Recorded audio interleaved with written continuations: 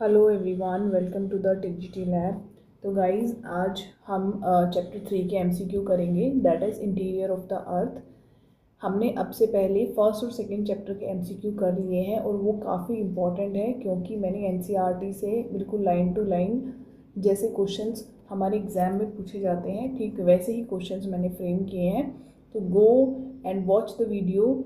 अगर क्वेश्चंस तुम्हारे नहीं हो रहे हैं तो उससे पहले जाकर तुम जो चैप्टर का मैंने एक्सप्लेनेशन दिया है, चैप्टर जो मैंने पढ़ाया है, तुम वो वाली वीडियोस विजिट कर सकते हो और उसके बाद तुम्हारा जो चैप्टर है वो एक तरह से कंप्लीट हो जाएगा। तो आज हम DSSB TGT SST के लिए जिससे जो कि हम सीरीज़ शुरू की हुई है हमने, उससे रिलेटेड ही हम ये सब करेंगे, ठीक है। 2026 की मोस्ट प्रोबेबली हमारा एग्ज़ाम जो है एंड ऑफ 2026 के हो जाएगा। तो मेक श्योर करें आप चैनल से जुड़े रहें ताकि आपको जितनी भी इम्पोर्टेंट इन्फॉर्मेशन है related to the syllabus and the new questions, ठीक है, वो आप लोगों को टाइम टू टाइम मिलती रहे। तो स्टार्ट करते हैं हम चैप्टर 3 के MCQs से। कुछ लोगों की क्वेरी थी कि मैं हिंदी में भी ऐड कर दूं, तो मैंने हिंदी में भी उनको ऐड कर दिया है, ठीक है। It will be easy for you. तो हम ज्योग्राफी के लिए चैप्टर 3 कर रहे हैं, पृथ्वी का आंतरिक भाग। ओके, फर्स्ट क्वेश्चन से शुरू करते हैं। The earth radius is approximately, question आया हुआ है। ये क्वेश्चन जो हमारा 20 मार्क्स का GS का सेक्शन आता है पेपर 1 के लिए, उसमें भी आया है ये क्वेश्चन काफ़ी बार, ठीक है। तो द अर्थ जो है उसकी हमारी जो रेडियस है वो कितनी है, 6378 किलोमीटर है। मोस्ट इंपॉर्टेंट क्वेश्चन है। नेक्स्ट क्वेश्चन हम देखेंगे, which of the following is not a direct source of information. Direct and indirect sources जो मैंने चैप्टर पढ़ाया है उसमें बताए हुए हैं आपको। और इससे क्वेश्चन पिछली बार, इस बार जो 2025 का एग्जाम था उसमें डायरेक्ट और इनडायरेक्ट सोर्स का क्वेश्चन जो है वो आया हुआ है। तो मेक श्योर करें कि ये क्वेश्चन आप अच्छे से पढ़ें, ठीक है। इसमें पूछा है जो नहीं है, कौन सा पृथ्वी के आंतरिक भाग की जानकारी का प्रत्यक्ष स्रोत नहीं है। आंतरिक भाग की जानकारी कौन नहीं देता है, ठीक है। माइनिंग करेंगे, खुदाई करेंगे तो अंदर से निकलेगा तो देगा वो, तो ठीक है, ये भी होगा। वॉल्केनिक इरप्शन भी तो अर्थ की इंटीरियर पार्ट से ही बाहर आता है लावा, तभी हम उसको डिफाइन कर पाते हैं, देखते हैं कि कैसा है वो। Okay, third one is gravity anomaly. Fourth one deep ocean drilling, ये भी एलिमिनेट हो गया। डीप ओशियन ड्रिलिंग करेंगे तो नीचे ही तो जाएंगे जमीन के, तभी तो उसको ही तो ड्रिलिंग बोलते हैं। तो हमारा answer will be second, that is गुरुत्वाकर्षण विसंगति, ठीक है। नेक्स्ट देखें हम, थर्ड क्वेश्चन है, the gold mine in South Africa are as deep as. ये फर्स्ट पेज पर ही गिवन है जब डायरेक्ट और इनडायरेक्ट सोर्सेज बताए हुए हैं जहाँ हमारे। तो जो साउथ अफ्रीका है उसमें जो माइनिंग है, जो सोने की खदानें हैं, वो कितनी गहरी हैं, वो 3 से 4 किलोमीटर तक गहरी हैं। The deepest drill in Cola in the Arctic ocean has reached a depth of, सबसे गहरी ड्रिल कितनी गहराई तक पहुंची है, बताओ आंसर। हमारा 12 किलोमीटर तक, इससे गहरा अभी तक हमने खुदाई नहीं की है। ये क्वेश्चंस जो है एज इट इज NCERT में है, okay. Which two major drilling project are scientist working on to explore crystal ocean. वैज्ञानिक भूप्रकृति की खोज के लिए किन 2 प्रमुख ड्रिलिंग परियोजनाओं का कार्य कर रहे हैं। जो ड्रिलिंग परियोजनाएं हैं, जो हमारे ड्रिलिंग प्रोजेक्ट्स हैं, उनके लिए वो कौन सी हैं जो वर्क कर रहे हैं साइंटिस्ट जिन पे। Deep earth drilling project and ocean core project, deep ocean drilling project, integrated ocean drilling project. Third है core exploration project and arctic drilling project, mantle drilling project and ocean exploration project. ये भी हमने पढ़ा है। इसका answer है हमारा deep drilling project और इंटीग्रेटेड ओशियन ड्रिलिंग प्रोजेक्ट पे हमारे साइंटिस्ट वर्क कर रहे हैं। So the answer will be D, okay. The difference between the expected and observed value of gravity at different places is called. क्या बोलेंगे, बिल्कुल easy question है बट बहुत इंपॉर्टेंट है। उसी को बोलेंगे हम ग्रेविटी एनोमली, गुरुत्वाकर्षण विसंगति बोलेंगे उसको, ठीक है। Next one is gravity anomaly give information about what. It gives information about temperature inside the earth, बिल्कुल नहीं। Distribution of mass and material in the crust, पढ़ाया है मैंने, यही आंसर है। The depth of the ocean floor, नहीं। Depth, ocean floor की depth कैसे बता देगी gravity. Movement of the tectonic plate, ये भी नहीं बताएगी। तो आंसर विल बी बी। पहले क्वेश्चन आपको वीडियो को पॉज करना है और पॉज करने के बाद फिर आपको क्या करना है, क्वेश्चंस पढ़ने हैं और आंसर करने हैं। उसके बाद अपनी नोटबुक लेके रखें। आपको 50 में से, जैसे 50 क्वेश्चन कराऊंगी मैं इस चैप्टर की, तो 50 में से आपके कितने सही हुए कितने गलत हुए वो आपको अलग कॉन्फिडेंस देगा जब आपको ये पता लगेगा। तो पहले पॉज करो वीडियो को, पॉज करने के बाद फिर जब तुम देखोगे कि सही हो रहा है या नहीं हो रहा है, फिर उसके बाद आंसर देखो जो मैं तुम्हें आंसर बता रही हूँ, ठीक है। What is a fold in geological term, next question है भूवैज्ञानिक शब्दावली में भ्रंश दैट इज फोल्ड क्या होता है। जो जियोलॉजिकल टर्म्स में फोल्ड को क्या बोलते हैं? A volcanic that has become dormant, a sharp break in the crystal rocks, a type of earthquake wave, a layer of the mantle। Fold किसको बोलेंगे? जो दरार आ जाती है चट्टानों में, भूप्रपट्टी की चट्टानों में तरफ दरार, उसको बोलेंगे दरार, ठीक है। हिंदी में थोड़ी सी वीक है भाई बोलने में, ठीक है। तो हमारा आंसर हो जाएगा बी, ठीक है। Next one is the point where energy is released during an earthquake, जहाँ पर एनर्जी रिलीज होती है अर्थक्वेक के दौरान सबसे पहले, यहाँ पर क्या बोलते हैं उसको? कितनी बार पढ़ाया है मैंने, एपिसेंटर बोलते हैं। सिस्मोग्राफ, सिस्मोग्राफ तो मेजर करता है ना।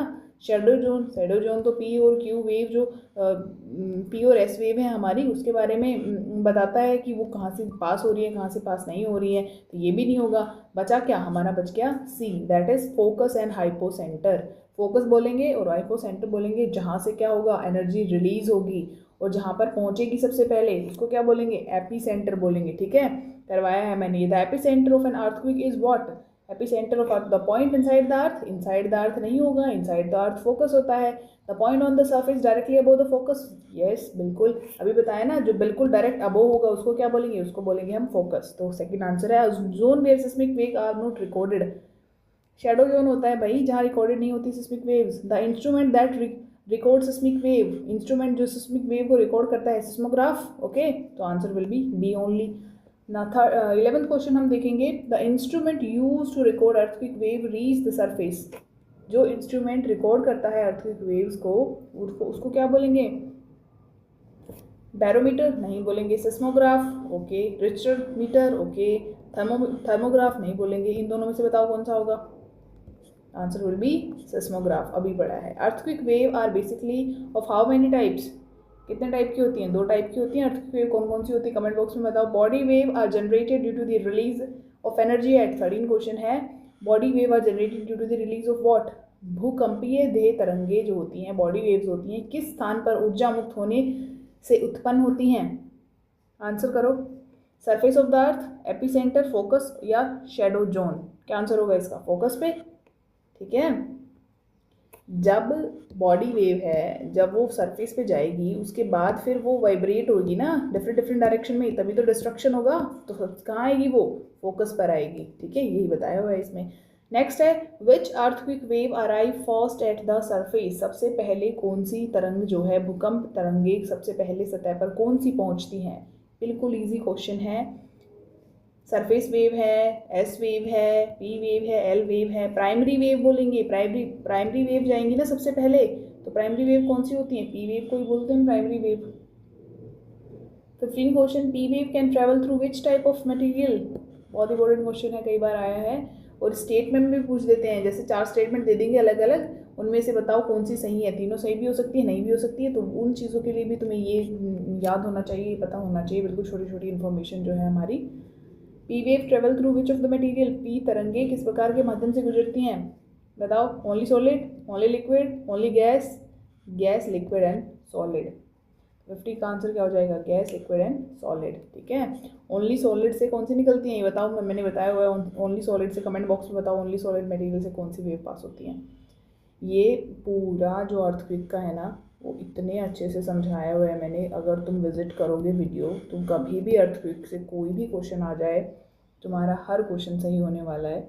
वीडियो तुम देखो, ठीक है। इतना एलोबरेट करके पढ़ाया हुआ है कि आपको ना, जो पेड बैचेस दे रहे हैं टीचर्स, अदर टीचर्स, वो भी इतना ज़्यादा एलोबरेट करके नहीं पढ़ाएंगे जो मैं आपको फ्री में प्रोवाइड कर रही हूँ, ठीक है। तो मस्ट विजिट द वीडियो, देखो वीडियो को, समझ में आएगा और टॉपिक हमेशा के लिए क्लियर हो जाएगा आपका, कि क्वेश्चन आप कहीं से आ जाए उस टॉपिक से रिलेटेड।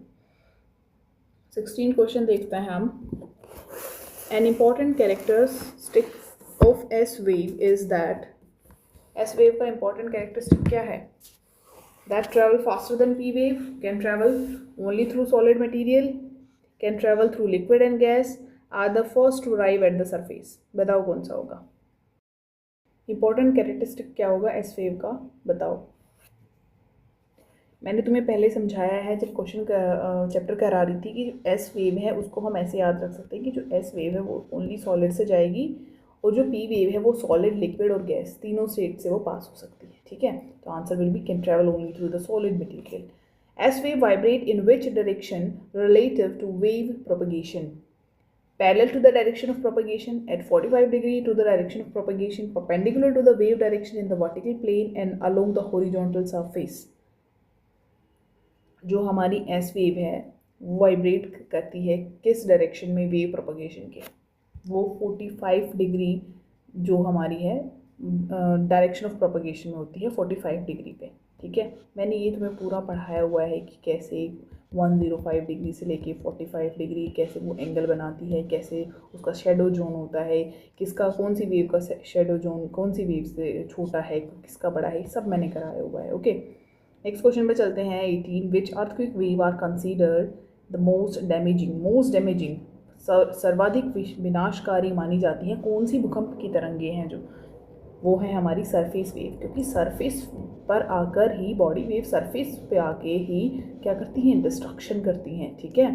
नेक्स्ट क्वेश्चन है velocity of earthquake wave increases when they travel through what?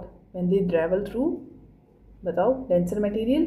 पढ़ाया है ये क्वेश्चन, तो ऐसा है कि तुम क्वेश्चन पढ़ते पढ़ते ही आगे देखो अपने आप निकल गया मुंह से डेंसर मटेरियल, ठीक है।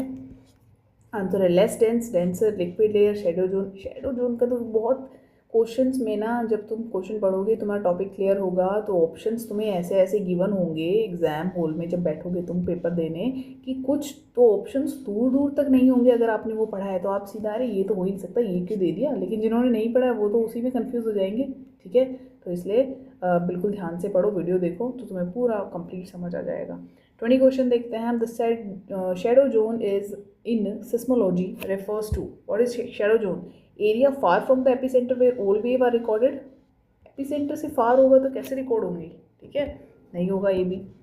अ specific zone where earthquake wave are not reported, हाँ, शेडो जोन वही तो होता है, छाया क्षेत्र जहाँ पर रिकॉर्डेड नहीं होती वेव, तो ये हो सकता है। The area directly above the earthquake focus, नहीं भाई, एपिसेंटर होता है वो, तो ये भी नहीं है। The zone near the epicentre with most damage, नहीं, शेडो जोन वो भी नहीं होगा। कौन सा होगा? जहाँ पर वेव रिपोर्ट नहीं होती तो वहाँ पर क्या बन जाती है? शेडो बन जाती है। तो हमारा answer will be B, okay. Next चलते हैं। Seismographs located within how many degree from the epicenter record both P and S wave? Important question है, उलझ जाते हैं बच्चे। मैंने तुम्हें बताया था 105 डिग्री और 145 डिग्री पी वेव और एस वेव का कैसे होता है। वीडियो देखो, वीडियो विजिट करो, the answer will be 105 degree. अधिकेंद्र से 105 डिग्री के भीतर जो सिस्मोग्राफ है वो पी और एस वेव दोनों को रिकॉर्ड करता है। 22 क्वेश्चन देखेंगे हम। The shadow zone for S wave cover approximately what percentage of the earth? S तरंगों का छाया क्षेत्र पृथ्वी की सतह के लगभग कितने प्रतिशत भाग को ढकता है? 22 का आंसर बताओ। 20, 30, 40, 50।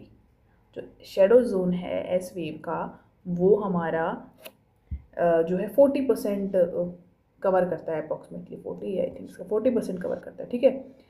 अब एजर्शन एंड रीज़न के बारे में देखते हैं हम। एस तरंगे अधिकेंद्र से 105 डिग्री से आगे दर्ज नहीं होती, कारण क्या है? क्योंकि एस तरंगे केवल ठोस माध्यम से गुजरती हैं और पृथ्वी का बाह्य कोड तरल अवस्था में है। आंसर बताओ, बिल्कुल ईजी सा है ये तो। दोनों ही सही हैं या नहीं है दोनों सही?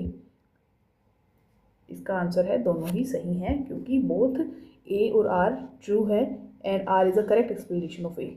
105 डिग्री से आगे इसलिए दर्ज नहीं होती क्योंकि जो हमारा अर्थ है वो सेमी लिक्विड, लिक्विड और सॉलिड डिफरेंट स्टेट है ना उसकी, तो जहाँ पर सिर्फ सॉलिड होगा एस सिर्फ वहीं से पास होगी।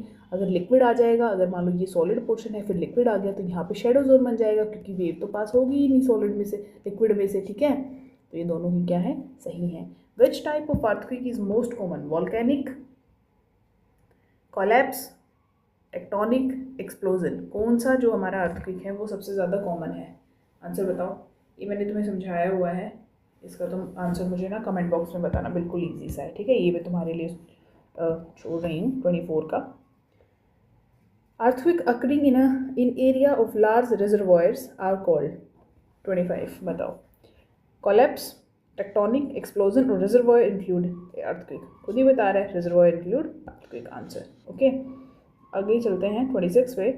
The Richter scale major earthquake based on. Richter scale क्या होता है? विजिबल डैमेज कोज को करता है, earth release energy release during the quick, depth of the focus, duration of shaking.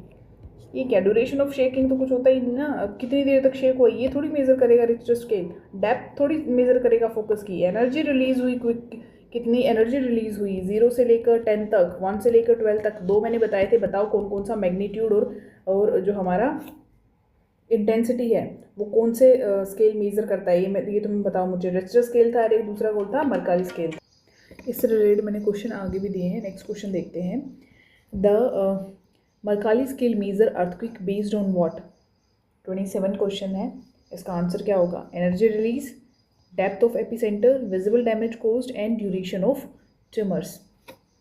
बताओ, एक जो मेजर करता है मैग्नीट्यूड और दूसरा मेजर करता है इंटेंसिटी। नेक्स्ट क्वेश्चन जो है इसमें बताओ, मरकरी स्केल जो है मेजर करता है अर्थक्वेक, बेस्ड है किस पे? 27 का आंसर क्या होगा? डैमेज पे। क्यों करता है डैमेज पे? क्योंकि एक जो है वो इंटेंसिटी मापता है और दूसरा जो है वो मैग्नीट्यूड मापता है। तो जो हमारा रिक्टर स्केल है वो मैग्नीट्यूड स्केल है और जो हमारा मरकरी स्केल है वो इंटेंसिटी स्केल है। और द रेंज इंटेंसिटी की कितनी होती है? देखो नेक्स्ट क्वेश्चन में मैंने बताया है the range of the mercury intensity की मैंने बताया था 1 to 12 होती है, ठीक है। और जो हमारा अर्थक्वेक का रिक्टर स्केल मापता है वो 0 से 10 मैग्नीट्यूड पे मापता है, ठीक है। दोनों क्वेश्चन याद रखने हैं। थर्ड है सुनामी इज जनरेटेड व्हेन, कब होती है जनरेट? वोल्केनिक इरप्शन होता है लैंड पे तब होती है, या फिर the epicentre of a tremor is below oceanic water and magnitude is sufficiently high. Earthquake जब लार्ज रिजर्वायर के नज़दीक आता है, बड़े जलाशयों के पास भूकंप आता है, या भूमिगत खदानों की छतें धंस जाती हैं। ये तो कोई मतलब ही नहीं है, ये भी नहीं है सॉरी। सुनामी जो है वो कब उत्पन्न होती है? वो होती है the epicentre of a tremor is below the oceanic water and magnitude is sufficiently high.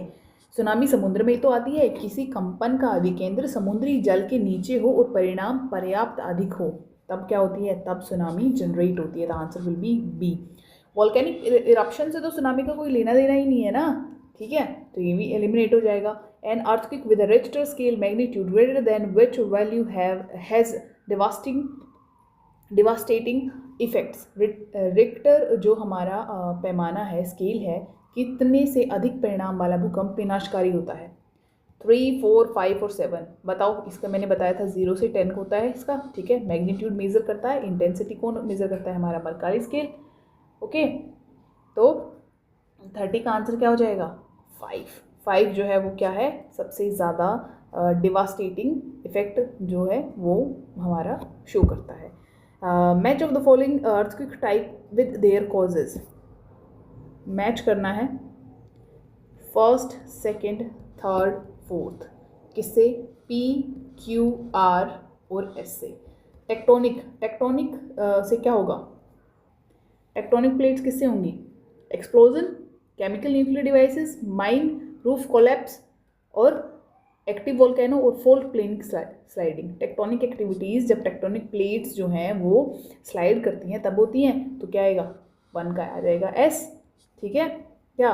भ्रंश तल पर खिसकाव की वजह से हमारा जो है टेक्टोनिक एक्टिविटीज़ होंगी, विवर्तनिक एक्टिविटीज़ जो भी बोल देंगे हम उसे हिंदी में, ठीक है, वो होगा। लेकिन सेकंड है हमारा जो वो है वोल्केनिक किससे होगा? केमिकल न्यूक्लियर एक्सप्लोजन से, माइन रूफ कोलैप्स से, एक्टिव वोल्केनो से होगा वोल्केनिक। तो सेकंड का क्या होगा हमारा? सेकंड का R होगा। अगर वोल्केनो का भी पता था ना सिर्फ, तो उससे भी एलिमिनेट कर सकते हैं, क्योंकि देखो सेकंड का R सिर्फ एक में ही गिवन है, ठीक है, तो ऐसे करना है। तो answer will B A। Third का देख लेते हैं। थर्ड है हमारा कोलैप्स किससे होगा? माइन रूफ कोलैप्स होने से, ठीक है। फोर्थ एक्सप्लोजन कब होगा? केमिकल और न्यूक्लियर डिवाइस से जब हम एक्सप्लोड करेंगे किसी चीज़ को। Answer will B A। The outer most solid part of the अर्थ, क्या बोलेंगे? आउटर मोस्ट सॉलिड पार्ट अर्थ को क्रस्ट मेंटल कोर पढ़ा था हमने। 32 का आंसर क्या हो जाएगा? क्रस्ट। आउटर मोस्ट है। Mean thickness of oceanic crust, mean thickness क्या है ओशियनिक क्रस्ट की? 5 है, 30 है, 70 है, 100 है? बताओ कॉन्टिनेंटल क्रस्ट और ओशियनिक क्रस्ट पढ़ी थी हमने, महासागरीय भूप्रपटी, और जो हमारी अर्थ की है उसको भी मतलब बोलेंगे हिंदी में, शायद मुझे पता नहीं क्या बोलेंगे, ठीक है, तो इंग्लिश में समझ जाओ। ओशियनिक और कॉन्टिनेंटल क्रस्ट के बारे में हमने पढ़ा था, तो उसमें कितनी थी एवरेज हमारी, हमने पढ़ी थी 5 to 30, ठीक है। और जो हमारी ओशियनिक क्रस्ट थी उसकी थिकनेस कितनी थी, 33 का आंसर क्या हो जाएगा हमारा 5 kilometre, okay. In the Himalaya region the continental crust is as thick as, Himalaya region में पढ़ा था 70 किलोमीटर है, बिल्कुल एज इट इज़ याद है मुझे ये। तुम जब वीडियो देखोगे ना तो तुम्हें याद आएगा कैसे मैंने 70, 100 और कौन से 35 किलोमीटर कौन सी बुक में दे रखा है, वो 30 किलोमीटर कौन सी बुक में दे रखा है, ये भी कॉन्टिनेंटल क्रस्ट का बताया हुआ है, ठीक है। और ओशियनिक क्रस्ट हमारी 5 किलोमीटर है, ये सब बताया हुआ है मैंने क्वेश्चन। तुम एक बार वीडियो देखोगे ना सब समझ आ जाएगा। The mantle extend from Moho discontinuity to a depth of, ये जो डिस्कॉन्टिन्यूटीज़ हैं मैंने तुम्हें कुमारी गल करके ना न्यूमोनिक भी बताया था, जो वीडियो में न्यूमोनिक बताया हुआ है कि कैसे तुम्हें डिस्कॉन्टिन्यूटीज़ डिफरेंट डिस्कॉन्टिन्यूटीज़ हैं वो याद रखनी है, कैसे क्रस्ट मेंटल और कोर के बीच में जो कॉन्टिन्यूटीज़ हैं जो दूसरे फोल्ड से ऐड करती हैं उनको वो बताई है मैंने, ठीक है। उसमें जब देखोगे तो सारा समझ आ जाएगा। तो इसका आंसर है 2900 किलोमीटर। मेंटल का डिस्कॉन्टिन्यूटी जो डेप्थ है वो 29 किलोमीटर है, 2900 किलोमीटर है। Upper portion of the mental, upper portion mental को क्या बोलते हैं, एस्थेनोस्फेयर बोलेंगे, बिल्कुल इजी सा है। Asthenosphere is considered extend up to a depth of, जो द्रव्यात्मक मंडल है एस्थेनोस्फेयर जिसको बोलते हैं, कितनी गहराई तक फैला हुआ है ये माना जाता है, ये हमारा 400 किलोमीटर तक फैला हुआ है, तो 400 किलोमीटर इसका आंसर आ जाएगा। लिथोस्फेयर, लिथोस्फेयर किसे बोलते हैं, स्थल मंडल किसे बोलते हैं, ओनली क्रस्ट को, crust upper mantle, entire mental या आउटर कोर ओनली, किसको बोलेंगे बताओ, आंसर करो। इसका बिल्कुल ईजी है, पढ़ाया हुआ है मैंने, इसका भी तुम कमेंट बॉक्स में आंसर करोगे, ओके, ये तुम्हारे लिए होमवर्क है। नेक्स्ट है the core mantle boundary is located at a depth of, core mantle boundary, core mantle सीमा जो है वो कितनी गहराई तक स्थित है, बिल्कुल एसटी एनसीईआरटी में गिवन है 2900 किलोमीटर, अभी पढ़ा है हमने। The core of the earth is primary composed of, earth का जो कोर है वो किससे बना है, सियाल, सीमा, नीफे, ये पढ़ा था हमने। तीनों लेयर कौन कौन सी किसकी हैं बताओ मुझे, ये भी कमेंट बॉक्स में बताना तुम मुझे, ठीक है, अलग अलग। तो जो कोर है वो हमारी किससे बनी हुई है, वो हमारी निकल और आयरन से बनी हुई है, ठीक है, नीफे जिसको बोलेंगे। एफई किसको रिप्रेजेंट करता है, रिप्रेजेंट आयरन को रिप्रेजेंट करता है, ठीक है। नेक्स्ट है the outer core of the earth in which state, outer core जो है अर्थ वो गैशियस है, लिक्विड है, सॉलिड है, कौन सी है हमारी, कौन सी है, लिक्विड है, आउटर कोर लिक्विड है, ये भी मैंने सब पढ़ाया हुआ है कैसे। क्रस्ट मेंटल कोर है, उनकी स्टेट क्या है, फॉर्मेशन कैसे हुई, ठीक है, डिस्कॉन्टिन्यूटीज़ कौन सी हैं उनके बीच में, सब कुछ मैंने कवर कराया हुआ वीडियो में, go and watch the video. 42 देखेंगे the Hawaii volcano are shield volcanoes, volcanic का भी बहुत अच्छे से समझाया है। सेकेंड में shield volcano are characterized by highly explosive eruption, नहीं भाई, शिल्ड वोल्केनो शिल्ड बनाते हैं, हाईली इरप्टेड नहीं होते, वो शिल्ड बना लेते हैं, ऐसे ऐसे करके वो शिल्ड बना लेंगे, ठीक है, तो हाईली इरप्टेड नहीं होते वो, तो सेकंड क्या हो जाएगा, गलत हो जाएगा। लेकिन जो हवाई वोल्केनो है वो शिल्ड वोल्केनो ही है हमारा, तो सेकंड फर्स्ट स्टेटमेंट हमारी सही है और सेकंड हमारी क्या है, फॉल्स है, ओके। दक्कन ट्रैप किससे बना हुआ है, भारत में दक्कन ट्रैप किस प्रकार के ज्वालामुखी उद्वार का उदाहरण है बताओ, शिल्ड वोल्केनो है, कंपोजिट है, फ्लड बेसाल्ट प्रोविंस है या कैल्डेरा है, हमारा फ्लड बेसाल्ट प्रोविंस है ये, ठीक है। फ्लड जब जो हमारा वोल्केनो से लावा बाहर आता है और जो वो बहुत बहुत विस्कस होता है तो वो फ्लड की तरह क्या होता है, ऐसे जम जाता है, ठीक है, जो हमारे इग्नियस रॉक बनते हैं तो फ्लड की तरह जम के और वो पूरा एक प्लेन बना लेता है, उसी फॉर्मेशन से हमारे दक्कन जो ट्रैप है उसकी फॉर्मेशन हुई है। अब हमारा आता है काल्डेरा आर, क्या होते हैं ये, वोल्केनो होते हैं, किस टाइप के वोल्केनो होते हैं ये हमें बताना है। स्टीप साइड कंपोजिट वोल्केनो, नहीं भाई, पूरा फोटो है एनसीईआरटी की बुक में, जब आप देखोगे ना तो कैल्डेरा का फोटो दे रखा है उन्होंने। Collapse depression formed by extremely explosion eruptions, हाँ, काल्डेरा वोल्केनो जो है एक्सट्रीमली एक्सप्लोजिव वोल्केनोस होते हैं। शिल्ड नहीं है भाई। Intrusive igneous body deep with the crust, ये भी नहीं है, answer is B. Collapse depressions formed by extremely अत्यंत विस्फोटक उद्वारों से बने धनसात ग्रत। 45 है mid oceanic ridge volcanoes are associated with a system of ridges stretching more than बताओ, ये भी क्वेश्चन यूं गिवन है 70,000 kilometre, igneous rocks are that cool within the crustal portion. बताओ क्या बोलेंगे? जो क्रिस्टल पोर्शन में आके ठंडे हो जाते हैं इग्नियस रॉक, उनको क्या? सेडिमेंट्री, मेटामॉर्फिक, प्लूटोनिक और वोल्केनिक, उनको बोलेंगे हम plutonic rock. Most important question है, इसको तो स्टार मार्क कर लो। आ सकता है ये, और आ गया तो कर नहीं पाओगे, ऐसा क्वेश्चन है ये, याद रखना है इसको। विच intrusive form is described as a large dome shaped body with a level base connected by a pipe like conduit। बताओ। ऐसे पाइप लाइक था ना, हॉरिजॉन्टल था, वर्टिकल भी था, ठीक है, हॉरिजॉन्टल एंड वर्टिकल। कौन से थे वो? डाइक थे, सिल्स थे, लेकोलिथ थे, बेथोलिथ थे।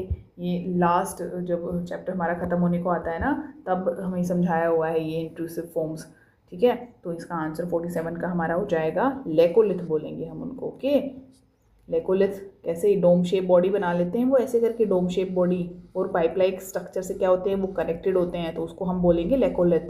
ओके, यही क्वेश्चन में पूछा हुआ है। Karnataka plateau has domal hills of granite rock that are example of what. Karnataka पठार जो है उसमें ग्रेनाइट चट्टानों की गुबंदाकार पहाड़ियाँ किसका उदाहरण है? डोमल हील्स किसका एग्जाम्पल है? डाइक का, सिल्स का, लेकोलिथ एंड बेकोलिथ का और बेथोलिथ का। और ये का आंसर क्या हो जाएगा? लेकोलिथ और बेथोलिथ। जहाँ पर भी ऐसा आ जाए ना कि लार्ज डोम शेप है, वर्टिकल है, कैसे भी है, चाहे वो कॉनकेव में है या कॉन्वेक्स शेप में है, कैसे भी है, वो हमारा लेकोलिथ और बेथोलिथ ही होगा। ये मैंने पूरा अच्छे से समझाया हुआ है, तो मेरा आंसर विल बी सी 48 का। नेक्स्ट क्वेश्चन हम देखते हैं। नेक्स्ट क्वेश्चन है हमारा 49। Dykes are wall like structure formed when lava. Dykes कब बनते हैं? वॉल लाइक स्ट्रक्चर होता है इनका। कब बनते हैं? जब लावा हॉरिजॉन्टली फ्लो करता है वीक प्लेन से, solidify perpendicular to the ground through cracks and fisheries, accumulate in a saucer shape concave to the sky, and cools at the base of synclines in flooded country। कौन सा होगा इसका answer? बताओ। 49 जो है उसका answer हमारा होगा कि वो सॉलिडिफाई हो जाते हैं perpendicularly to the ground through cracks and fissures. वो हमारे क्या बनेंगे? डाइक्स बन जाएंगे, ठीक है। ऐसे करके डाइक्स लाइक स्ट्रक्चर होता है इनका। ओके, तो हमारा आंसर क्या होगा? बी होगा। 50 question and last question of the series. Which intrusive form are considered the feeders for the eruptions that led to the development of Deccan trap. बिल्कुल इजी, बिल्कुल इजी। ये मैंने ये चलो तुम्हारे लिए छोड़ देते हैं। इसका बताओ तुम्हें क्या आंसर क्या होगा? चलो मैं इसका आंसर बता ही देती हूँ, थोड़ा सा डिफिकल्ट हो सकता है तुम्हारे लिए। इसका आंसर हो जाएगा डाइक। तो ये हमारे जो 50 क्वेश्चन हैं कंप्लीट हो गए हैं आज, ठीक है। और मैंने आज इनको हिंदी मीडियम में भी ऐड करने की ट्राई की है, सो दैट जिनको इंग्लिश में समझ में नहीं आएगा वो हम जो है जो हिंदी मीडियम वाले बच्चे हैं उनके लिए इजी हो जाएगा, ठीक है। तो गाइज़ अभी जो हम ये क्वेश्चंस की सीरीज़ है इसको हम स्टार्ट ही रखेंगे। आप मेरा टेलीग्राम चैनल जो है वो ज्वाइन कर सकते हैं, द TGT लैब ऑफिशियल, ठीक है। इसी में ही इसी चैनल के लिंक में आपको डिस्कशन ग्रुप का भी लिंक मिल जाएगा, तो आप वहाँ से उसको ज्वाइन कर सकते हैं। और जिन्होंने DSSB पेपर 1 जो हमारा पेपर 1 है ना, इसका TGT SST का पेपर 1 के लिए जो तैयारी कर रहे हैं और जिनको कॉन्फिडेंस नहीं आ रहा है, तो इसके लिए मैंने बैच लॉन्च किया है, बहुत ही अफोर्डेबल प्राइस में है। जिसको भी बैच लेना है वो मुझे द TGT लैब ऑफिशियल इस पर जाके मैसेज कर सकते हैं कि मैम हमें बैच ज्वाइन करना है। उसमें मैंने प्रॉपर टू डू लिस्ट बना के डे वाइज, जैसे डे 1 है उसको आपको उसमें आपको कौन कौन से करना है, 5 subject, reasoning, Hindi, English, math और GS का 5 सब्जेक्ट का मैंने बनाया हुआ है फ्रेमवर्क पूरा, डे 1 डे 2, ठीक है। तो आपको जिस हिसाब से आपको इधर उधर भटकने की ज़रूरत नहीं पड़ेगी, आपके पास पूरी टू डू लिस्ट होगी, तो it will be easy for you to complete your task, अगर आपको डेली टास्क मिल जाएंगे तो। Okay, so that's it for today. अगर आपको लोगों को वीडियो पसंद आई है तो like, share and subscribe my channel. Okay guys, thank you so much for watching the video. Next हम चैप्टर करेंगे, उसके बाद फिर हम उसके MCQ को कंटिन्यू कर देंगे। अभी तक 5 चैप्टर हमारे कंप्लीट हो गए हैं, तो पहले मैं 5 के MCQs करा देती हूँ, फिर हम 6 चैप्टर पे कंप्लीट जंप कर जाएंगे। उसके बाद फिर हम कंटिन्यू करेंगे पहले chapter then MCQ। Okay, so it will be easy to connect for you. Okay guys, thank you again, thank you so much.